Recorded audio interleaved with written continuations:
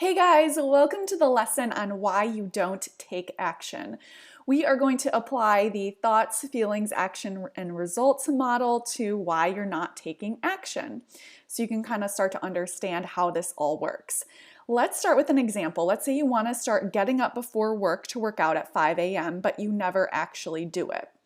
So to solve this problem, we're not going to focus on sort of hacking your environment so that you take a different action. For example, like putting your alarm clock on the other side of the room to force you to get out of bed when it goes off.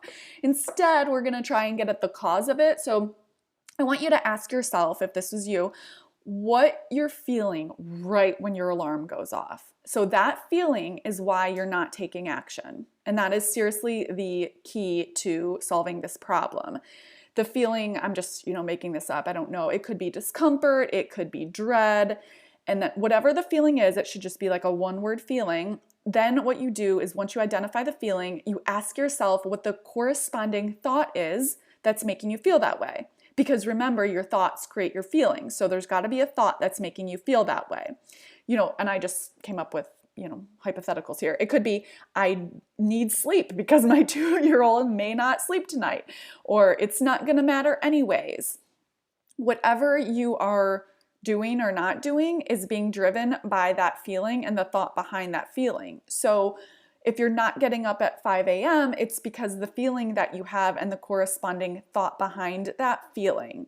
Once you discover what those are, you can start to notice the thought, start to accept it, and start to change it. But it stems from noticing it, acknowledging it, and then changing it instead of resisting it and fighting against it.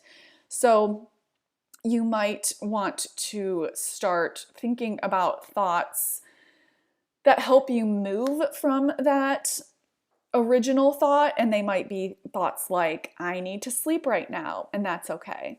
I have got up at 5 a.m. before, so I know it's possible for me to get up at 5 a.m. again. I know that my brain is just repeating old thought patterns and that I actually have the power to choose what I think. I can choose to get up at 5 a.m. if I want to.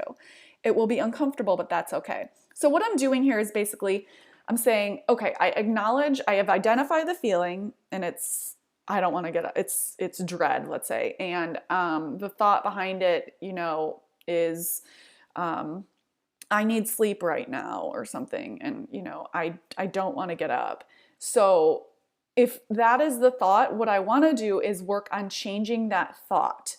But you can't just thought swap and say, I actually want to get up right now, because if you really don't, it's not going to work. Your thoughts only drive your feelings if they're real thoughts and they're real beliefs. So you have to actually believe them.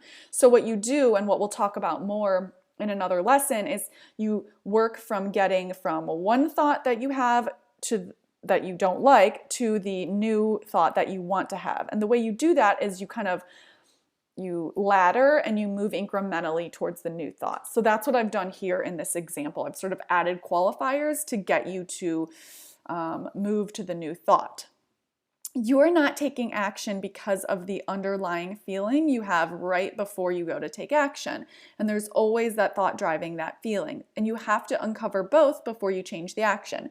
But once you do uncover it, then you are gonna, honestly, the awareness of it sometimes changes it itself, but sometimes you do have to intentionally change the thought. So in summary, I just want you to understand that you're not taking action because of a feeling you feel right before you go to take action. And that feeling is being driven by a thought, and that is what's causing you not to act. So we're going to get at the root cause of that and work on changing your thoughts and beliefs so that they support you to get the results that you want in your life. And when you do that, oh my gosh, the results are just incredible, and you truly can design your dream life exactly how you want to. So that's it for this lesson. I will see you in the next one.